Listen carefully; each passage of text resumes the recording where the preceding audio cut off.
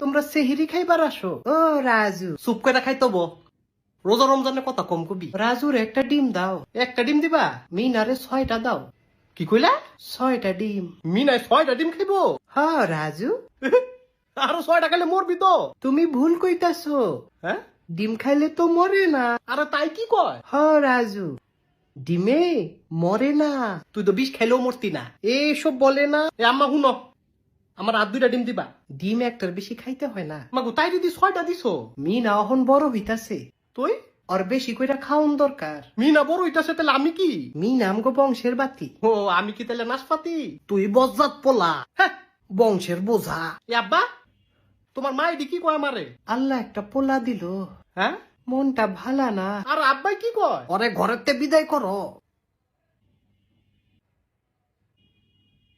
তোমার লগে কি আমার ব্যক্তিগত কোনো সমস্যা আছে?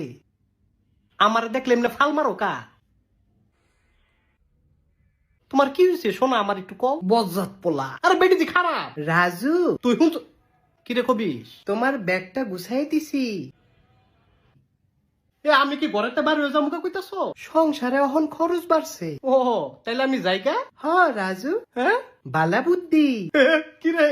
একজন কম হইলে ভালা হইতো। আরে আব্বা, আল্লাহ আমার দি কোথা দিয়ে কথা কয়? তুমি মুনাজাত ধরছো রাজু?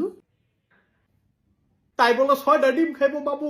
না না, তাইরে ডিমের মজা বুঝাই দিও আল্লাহ। এসব কয় না। আমার বাপমার আল্লাহ তুমি হাতে হাত দাও। পোলাটার পিছনে মেলা টাকা গেল। মাবুদ কি কয়?